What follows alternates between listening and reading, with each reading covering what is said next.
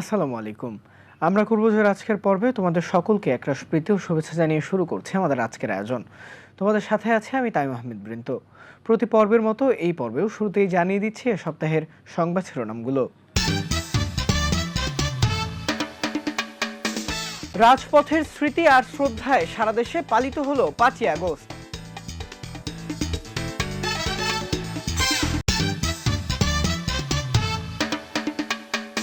জুলাইয়ের বিষাক্ত বুলেটে ক্ষতবিক্ষত কোমলমতি শিশুরা।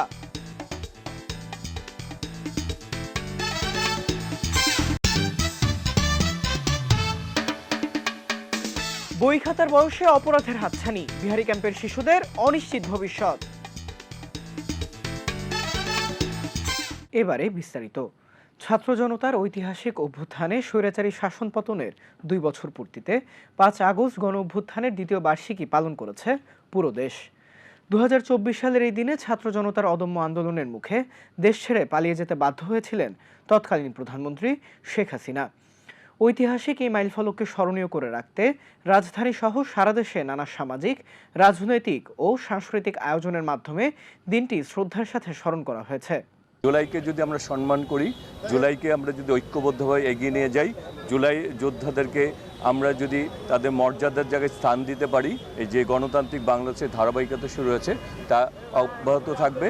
তাদের জন্য আমাদের যে দায়িত্ব, সেই দায়িত্বটুকু আমরা কখনো যেন এড়িয়ে না যাই, তাদের পাশে থাকি। গণঅভ্যুত্থানের এই স্মরণীয় দিনে গণভবনে আনুষ্ঠানিকভাবে যাত্রা শুরু করেছে জুলাই স্মৃতি জাদুঘর, যেখানে জুলাই আন্দোলনের স্মৃতি, শহীদদের রক্তভেজা জামাকাপড় ও গণঅভ্যুত্থানের বিভিন্ন আলোকচিত্র ও প্রামাণ্যচিত্র সংরক্ষণ করা হয়েছে। 5ই আগস্ট আমরা বাসায় দুপুরে বসে দেখছিলাম যে সবাই গণভবনে উল্লাস করছিল। তো আমার ভাই 12টার দিক আন্দোলনে বের হয়েছে। দুপুরের দিকে আমরা ওকে অনেকবার কল দিয়েছি, তো তখন কথা বলতে পারি নাই। তো আমরা ও যে শহীদ হয়েছে সেদিন আমরা সেটা রাতের 12টা বাজে জানতে পারছি। ঢাকা মেডিকেলের মর্গে ওর ছবি দেখে আমরা জানতে পারছি। তো ও যে গণভবনে আসতে পারে নাই সেটা আমরা মানে জানতামই না। তো এখন ভাইকে সেখানে ভাইয়ের ছবি দেখছি, মনে হচ্ছে যে আমার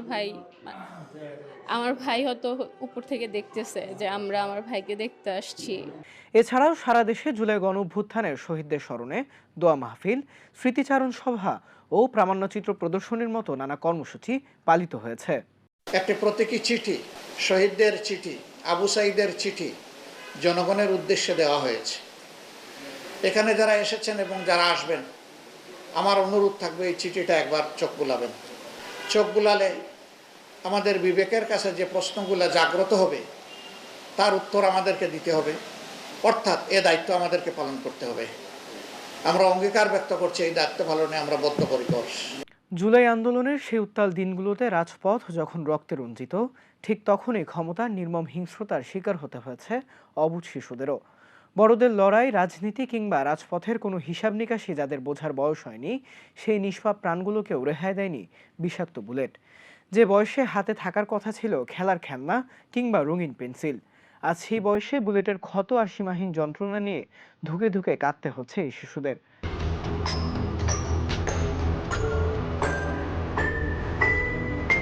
ছোট্ট আঙুলের ছোঁয়ায় খেলনা পিয়ানোয় সুর উঠছে ঠিকই, কিন্তু যেই সুর সুমধুর হওয়ার কথা সেই সুরটি আজ কেবল ভেসে বেড়াচ্ছে অপার কষ্ট আর নীরব বেদনা। পিয়ানোর কিবোর্ডে মুসা যখন আনমনে চেপে ধরে রঙিন চাবিগুলো, তখন সুরের বদলে যেন চারপাশে ছড়িয়ে পড়ে এক বুক চাপা হাহাকার। যে বয়সে দুরন্তপনায় ঘর মাতিয়ে রাখার কথা, সেই বয়সে নাকের টিউব নিয়ে সে খেলে চলেছে তার একাকী খেলা। সে হয়তো বোঝেও না একটি অভিশপ্ত মুহূর্তে তার এই ছোট্ট জীবনে নেমে এসেছে কতটা বিশাল অমাবস্যা। জুলাইয়ের সেই তপ্ত দিনে মুসার জীবন থমকে গিয়েছিল একটি বুলেটের আঘাতে, যা কেবল এই অবুঝ শিশুটির মাথা ভেদ করেই থেমে যায়নি। সেই একই ভয়াল বুলেট প্রাণ কেড়ে নিয়েছিল তার দাদির। 19শে জুলাই 2024 বিকাল 3:30টায় আমি আমার দোকানের উদ্দেশ্যে যাওয়ার উদ্দেশ্যে তখন ও মর্জি করে যে বাবা আমি একটা আইসক্রিম খাবো। ওরা আমি বলছি তুমি রেডি হও, এর দিকে ফাঁকি দিয়ে আমি নিচে চলে যাবো। তখন ও কি মনে করে জানি একাকে নিচে নামে যখন আমি বাসার বাইরে বের হওয়ার জন্য প্রস্তুতি নিয়ে বাইকে উঠবো, তখন দেখি বাইরে অনেক গ্যাঞ্জাম চলতেছে, এই দেখে আমি একটু স্টপ দিলাম। হঠাৎ করে বাইরে থেকে একটা গুলি আসে, এসে দেখি যে আমরা সবাই আতঙ্কিত হয়ে যাই। তারপর দেখি ও না মাটিতে শুয়ে আছে। পরবর্তীতে যখন দেখি যে ওর মাথা দিয়ে ব্লাড বের হচ্ছে, ওকে নিয়ে আমি হসপিটালে চলে যাই। সবাই যেহেতু হসপিটালে আসছে, আম্মু আসে না, হয়তো আমি ভাবছি যে আমার পিছনে পিছনে আম্মু আসছে, কিন্তু না। পরবর্তীতে আমি আমাদের বাসার নিচে একটা সেলুন আছে, ওই ভাইয়াকে আমি ফোন দিই যে ভাইয়া একটু কষ্ট করে আমাদের বাসায় যাবেন, আম্মুকে বলুন মুসা ঠিক আছে। তখন সে আমাকে জানায় যে আপনার মাও তো গুলি খেয়েছে, মুসার যে গুলিটা লাগছে সেই গুলিটা ঠিক আপনার আম্মার পেটে লাগে। হাসপাতালে মাসের পর মাস মৃত্যুর মুখোমুখি দাঁড়িয়ে লড়াই করে মুসা প্রাণে বেঁচে এসেছে ঠিকই, কিন্তু হারিয়ে ফেলেছে নিজের ভাষা, প্রিয় দাদিকে আর স্বাভাবিক শৈশবকে। যে বুলেট দাদির বুক ঝাঁঝরা করেছিল, সেই বুলেটের ক্ষত নিয়ে মুসা আজ বাকরুদ্ধ এক জীবন পার করছে। এই যে ঠিক এখান দিয়ে বুলেটটা লাগছে, এখান দিয়ে বের হয়ে গেছে। এই জায়গাটা বারবার অপারেশন করার ফলে টুকরো টুকরো হয়ে যায়। পরবর্তীতে ডক্টররা ডিসিশন নেয় যে এখানে একটা কৃত্রিম হাড় লাগিয়ে দিই। পরবর্তী তারা একটা কৃত্রিম হাড় লাগিয়ে দিই, এই যে এখান থেকে পুরো এতটুকু ওর একটা কৃত্রিম হাড় লাগানো। মৃত্যুকে খুব কাছ থেকে দেখেও হার মানেনি মুসা। মাথায় কৃত্রিম খুলি নিয়েই আজও বয়ে বেড়াচ্ছে সেই দিনের স্মৃতি আর গুলির ক্ষত। সময় এগিয়ে গেলেও তার জীবনের প্রতিটি দিন যেন মনে করিয়ে দেয় কিছু যুদ্ধ শেষ হলেও তার চিহ্ন থেকে যায় আজীবন। মুসার ঘরে যখন বেসুরো পিয়ানোর সুরে বিষাদ ঝরে পড়ে, ঠিক তখনই কয়েক মাইল দূরে সাভারের এক ঘরে নেমে এসেছে নিস্তব্ধতা। এটি ১৩ বছরের কিশোর মাদ্রাসার ৬ষ্ঠ শ্রেণীর ছাত্র সাদ মাহমুদের ঘর। সময় এগিয়ে গেছে তার নিজস্ব গতিতে, কিন্তু সাদের মা বাবার কাছে যেন সে অভিশপ্ত দিনটি এখনো শেষ হয়নি। তো ওই দিনকে ওই বিকালে আর কি ২০ তারিখ, একটা মাত্র ছেলে আমার, আমি ওকে খুব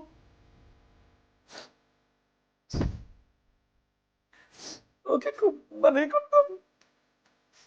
পরে ও যখন ওই নিচে গেছে, নিচে আমার সাথে গেছে, যাওয়ার পর ওরকে কিছু হেলমেট পাইনি, আর পুলিশ ছিল তো ওর সাথে।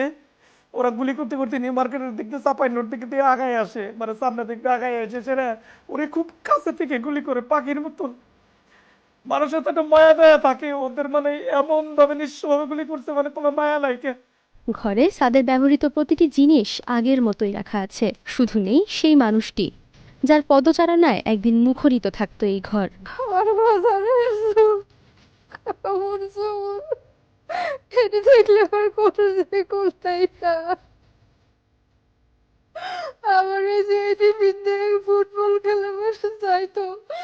সাদ আর ফিরবে না, কিন্তু তার অসমাপ্ত স্বপ্ন, পরিবারের বেদনা আর সেই দিনের স্মৃতি আজও রয়ে গেছে।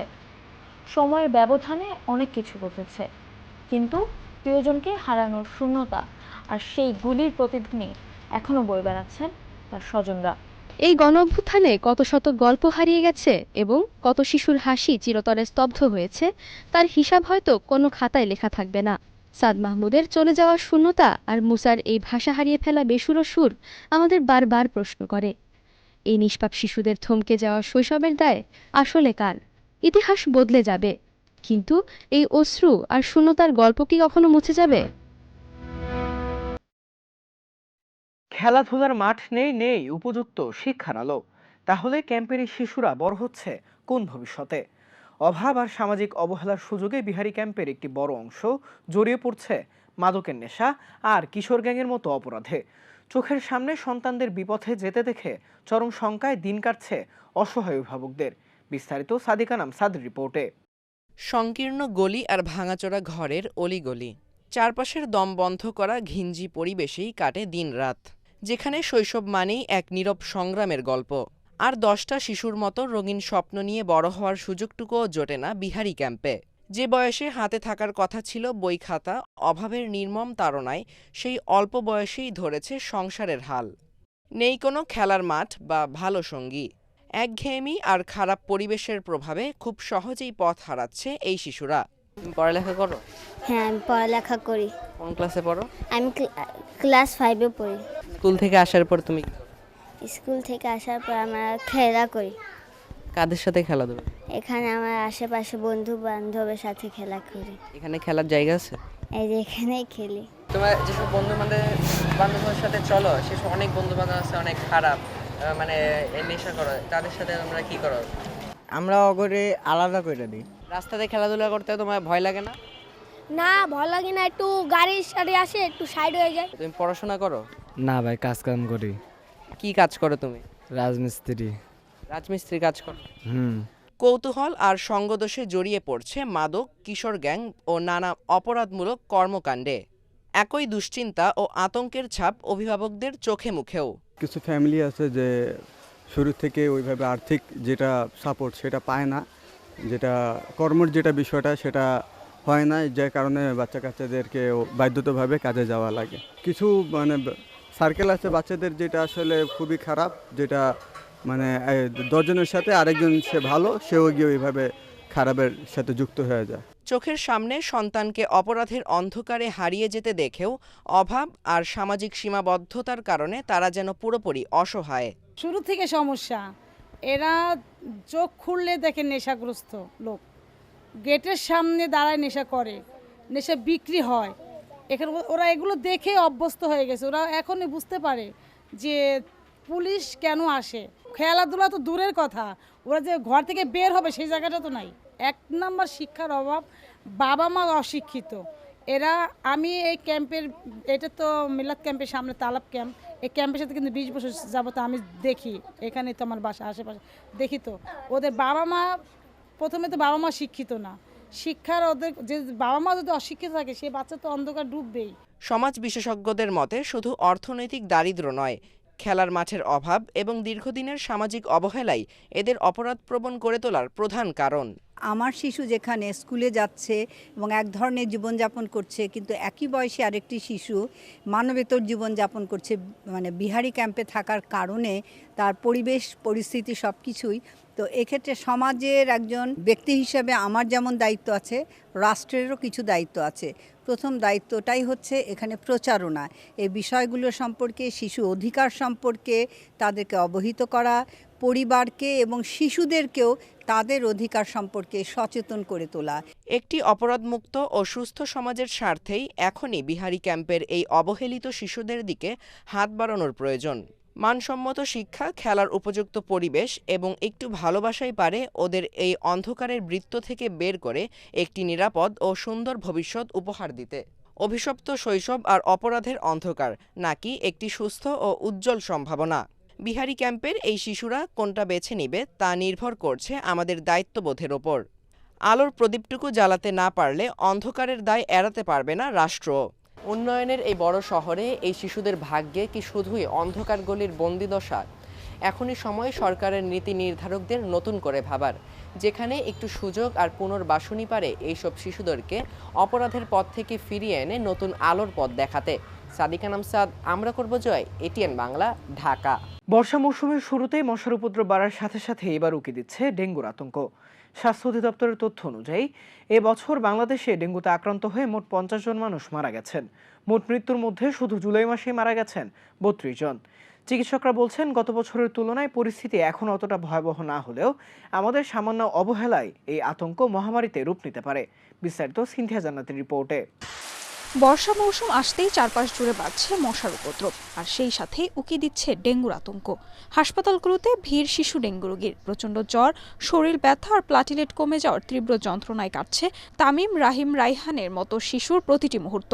আমরা বুধবার দিন আসছি, ভীষণ জ্বর ছিল, পেটে ব্যথা ছিল, বমি ছিল, পাতলা পায়খানা ছিল, এখন একটু কমছে। ডেঙ্গু অনেক কিভাবে হয়েছে এটা তো বলতে পারি না, বাসায় আসছিল হয়তো মশায় কামড় দিছে। এখন শনিবার থেকে জ্বর আসছে, তা জ্বর আসার পরে বুধবার পর্যন্ত আমি বাসায় আসছিলাম, বুধবারের দিন বিকেল আমি এখানে ভর্তি করছি। চিকিৎসকরা বলছেন, গত বছরের তুলনায় এবছর পরিস্থিতি এখনও নিয়ন্ত্রণে আছে, তবে জ্বর সহ পেটের সমস্যা দেখা দিলে দ্রুত হাসপাতালে আসা পরামর্শ তাদের। এটা মনে রাখতে হবে যে কখন আমরা হাসপাতালে যাব। তীব্র পেটে ব্যথা হলে, খুব দুর্বলতা, খেতে পারছে না, অনবরত বমি হচ্ছে, রক্তক্ষরণ হচ্ছে, খিঁচুনি হচ্ছে, দুর্বল হয়ে যাচ্ছে, এবং কিছু কিছু পরীক্ষার মাধ্যমে আমরা বুঝতে পারি যে না, এখন আমার হাসপাতালে যেতে হবে। ডেঙ্গুর মূল মেকানিজম যদি আমরা চিন্তা করি, শরীর থেকে পানি সরে যায়, সেই পানিটা যদি আমরা রিপ্লেস করতে পারি তাহলে কিন্তু ডেঙ্গু থেকে মুক্ত হওয়া সম্ভব। এক্ষেত্রে জুস বা অন্য জিনিস খেবে না, স্যালাইন খেতে হবে। নর্মাল পানির চেয়ে আমরা দেখিয়েছি যে স্যালাইন খেলে কিন্তু এক্ষেত্রে খুব ভালো কাজ করে। কেউ ডাবের পানি খেতে হবে, বেশি বেশি করে পেঁপে বা অন্য জিনিস খেতে হবে তা কিন্তু না। স্যালাইন খাওয়াটার একটা উপায় বলে দিয়েছি, সেটা আমরা বলি যে প্রতি কেজির জন্য 50 ml, অর্থাৎ একটা বাচ্চার যদি হয় 10 কেজি, সে 500 খাবে। সে বাড়তি যে খাওয়া তার চেয়ে 500 ml স্যালাইন বা পানি বেশি খাবে। এইভাবে খেলে আমরা দেখিয়েছি যে তার সারাদিনের যে চাহিদা সেটা পূরণ হয়ে যায়। কিন্তু কখন হাসপাতালে যেতে হবে সেটাও মনে রাখতে হবে। গবেষকরা বলছেন ডেঙ্গুর ডেন 2 সবথেকে বেশি মৃত্যুর ঝুঁকি তৈরি করে। এছাড়াও সেরোটাইপে দ্বিতীয়বার বা তৃতীয়বার আক্রান্তদের মৃত্যুর ঝুঁকিও সবচেয়ে বেশি। ডেন 2 সবচেয়ে বেশি মৃত্যু ঝুঁকি তৈরি করে, আর ডেন 3 হচ্ছে দ্বিতীয় পর্যায়ে আছে। ডেন 1 এবং 4 এর চাইতে ডেন 3-র মৃত্যু ঝুঁকি বেশি, তবে সবচেয়ে বেশি হচ্ছে মৃত্যু ঝুঁকি বেশি হচ্ছে ডেন 2-তে। তবে এই সেরোটাইপ শুধুমাত্র মৃত্যু ঝুঁকির জন্য দায়ী নয়। মৃত্যু ঝুঁকি তখনই বেশি হয় যখন একটি মানুষ দ্বিতীয়বার বা তৃতীয়বার ডেঙ্গুতে আক্রান্ত হয়। যখন কোনো একজন মানুষ দ্বিতীয়বার তৃতীয়বার ডেঙ্গুতে আক্রান্ত হয় তার জন্য মৃত্যু ঝুঁকি সবচেয়ে বেশি, এবং সেই মানুষটিকে অবশ্যই সতর্ক থাকতে হবে। বর্ষায় খালের ময়লাযুক্ত পানি বাড়ায় মশার উপদ্রবে প্রতি বছর দুর্ভোগ পোহাতে হয় বাসিন্দাদের। কালকে রাত্রেও তো কয়েল ধরাইলাম, হের পরও মশা। কয়েল জ্বালাই মা, কয়েল না জ্বালাই কি থাউন যায় যে ডেঙ্গু হইতাছে। এর আগের বছর ডেঙ্গু হইয়া দিয়ে আমি 50,000 টাকা গেছে আমার। এই যে এই বাস স্ট্যান্ড হাসপাতালে ভর্তি আসছিলাম। ওষুধ দিতে আমরা দেখি না, ওষুধ দিয়ে যে যা দোয়া মুয়া দিয়ে লাভ হয় না, এই জায়গায় মশা আছে অনেক, প্রচুর মশা। তবে সিটি কর্পোরেশনের মেয়র বলছেন যেখানে সেখানে ময়লা ফেলে জলাবদ্ধতা সৃষ্টি করা থেকে সচেতন হওয়া ও প্রচারণার কোনো বিকল্প নেই। ঢাকা শহরে কতগুলো স্পটে জলাবদ্ধতা হয় সেগুলো আমরা আইডেন্টিফাই করেছি, এবং বৃষ্টি হলে সাথে সাথে সেই পানিগুলো যাতে নিষ্কাশন করা যায়, পাম্প করা যায়, সেগুলোর জন্য আমরা ব্যবস্থা নিয়েছি। কিন্তু এটা পার্মানেন্ট সলিউশনের জন্য যে আমাদের গেটওয়েগুলো বের করতে হবে, আমাদের পানিগুলো বের হয়ে যাওয়ার জন্য যে সেগুলো আমাদেরকে আরও বাড়াতে হবে, এবং সেটার জন্য আমরা অলরেডি পরিকল্পনা নিয়েছি। সরকারের পাশাপাশি জনগণের সচেতনতায় বাড়ির চারপাশ পরিষ্কার পরিচ্ছন্ন রাখাই হতে পারে ডেঙ্গুর মহামারী নিয়ন্ত্রণ। সিনথিয়া জান্নাত, আমরা করব জয়, এটিএন বাংলা, ঢাকা। খেলার ছলে শরীরচর্চার সাথেই নিজের সুরক্ষার পাঠ। ডিজিটালের এই যুগে অলসতা কাটিয়ে উঠতে শিশুদের জন্য দারুণ এক হাতিয়ার হয়ে উঠেছে কারাতে। শারীরিক সুস্থতার পাশাপাশি জীবনধারাকে বদলে দিতে কিভাবে সাহায্য করছে এই ক্রীড়া, বিস্তারিত দেখুন আফিদা চৌধুরী তাহিরের রিপোর্টে। শুধু নিজেকে রক্ষা করা নয়, শরীর ও মনকে চাঙ্গা রাখার এক দারুণ মাধ্যম কারাতে। দূর এশিয়া থেকে আসা বিচিত্র কলা কৌশলের এই খেলাটি এখন বেশ জনপ্রিয় হয়ে উঠেছে দেশের শিশুদের কাছেও। কারাতে মারামারির কৌশল নয়, বরং এটি শরীরচর্চার ও বিনোদনের এক চমৎকার সংমিশ্রণ। নিয়মিত অনুশীলনে যেমন বাড়ে রোগ প্রতিরোধের ক্ষমতা, তেমনি শিশুদের মনোযোগ ও মানসিক বিকাশও ঘটে। আমি এটাতে ঢুকেছি, আসলে আমি খুব বোর্ড হয়ে যেতাম। আমার কাছে একটা জিনিস ভালো লাগতো কারাতে। তো পরে আমার একটা ফ্রেন্ড কারাতে করে, ব্ল্যাক বেল্ট। তো আম্মু তার নাম নিল, আমি বললাম আমাকেও ঢুকিয়ে দাও। তো এই জার্নি শুরু। প্রথম দিকে আমার ভাই আগে করতো, তারপর আমি ভর্তি হয়েছি। আমি পড়াশোনার মধ্যে এটা করি, আমার খুব ভালোই লাগে। আমার বাবা মা এটা দিয়ে আমাকে নিয়ে খুবই গর্ববোধ করে, বিকজ আমি কিছুদিন পর ব্ল্যাক বেল্ট পাবো, তারপর 3 বছর ধরে এটা শিখছি। প্রশিক্ষকরা বলছেন শিশুদের সুস্থ ও সুশৃঙ্খল মানুষ হিসেবে গড়ে তুলতে কারাতে বেশ কার্যকর। একটা বাচ্চাদের মানসিক শারীরিক গঠনের জন্য কারাতে খুবই গুরুত্বপূর্ণ। আমাদের এখানে যারা কারাতে করে তাদের ফিজিক্যালি ডেভেলপড হয়, তারপরে ফিজিক্যালি স্ট্রং হয়, মেধায় স্ট্রং হয়, এবং তারা রেসপন্সিবিলিটি জিনিসটা শিখে তারপরে আত্মরক্ষা করতে পারে। আর অভিভাবকরাও সন্তানদের ডিজিটাল পর্দার নেশা থেকে দূরে রাখতে ভরসা রাখছেন এই আত্মরক্ষার খেলায়। তো আমার ছেলে হ্যাপিনেসের জন্য মূলত এখানে দেওয়া, ও সকালবেলা উঠে এখানে আসে, ও খুশি হয়। আমি আসলে দিয়েছিলাম যে বাচ্চারা তো বাসায় আমাদের ফিজিক্যাল এক্সারসাইজ হয় না ওরকম, এই জন্যই ওকে দেওয়া। এখনও ও এটা পছন্দ করে করতে। ও মোবাইল দেখে, কিন্তু মোবাইলের মানে এটার কথা শুনলে মোবাইল রেখে এখানে চলে আসে, এর প্রতি খুব ওর আগ্রহ। খেলার ছলে শরীরচর্চা আর নিজেকে রক্ষা করার এই চমৎকার শিক্ষা শিশুদের গড়ে তুলুক আরও সাহসী ও প্রাণবন্ত হিসেবে। প্রতিটি শিশুর শৈশব হোক নিরাপদ, সুস্থ ও আত্মবিশ্বাসে পরিপূর্ণ, এই প্রত্যাশা। আফিদা চৌধুরী তাহিরা, আমরা করব জয়, এটিএন বাংলা, ঢাকা। দেখতে দেখতে শেষ হয়ে গেল আমরা করব জয়ের জন্য নির্ধারিত সময়। তোমাদের ভালো লাগা, মন্দ লাগা কিংবা কোনো পরামর্শমূলক কিছু থাকলে তা আমাদের চিঠি লিখে জানাতে পারো। আমাদের কাছে চিঠি লিখবার ঠিকানা: পরিচালক আমরা করব জয়, ATN Bangla, multimedia production company limited, ওয়াসা ভবন, 2য় তলা, 98 কাজী নজরুল ইসলাম এভিনিউ, কাবরন বাজার, ঢাকা 1215, বাংলাদেশ। তোমরা চাইলে আমাদের ইমেল পাঠাতে পারো। আমাদের ইমেল অ্যাড্রেস atn.amrakorbojoy@gmail.com। বন্ধুরা, স্ক্রিনে দেখানো নম্বরেও তোমরা চাইলে আমাদের সঙ্গে যোগাযোগ করতে পারো। 015361194945। এই ছিল আমাদের আজকের আয়োজন। দেখা হবে আগামী পর্বে নতুন কোনো সংবাদ কিংবা পুরনো কোনো সংবাদের নতুন কোনো অগ্রগতি নিয়ে। সে পর্যন্ত সবাই ভালো থেকো, সুস্থ থেকো এবং চোখ রেখো ATN বাংলার পর্দায়। আল্লাহ হাফেজ।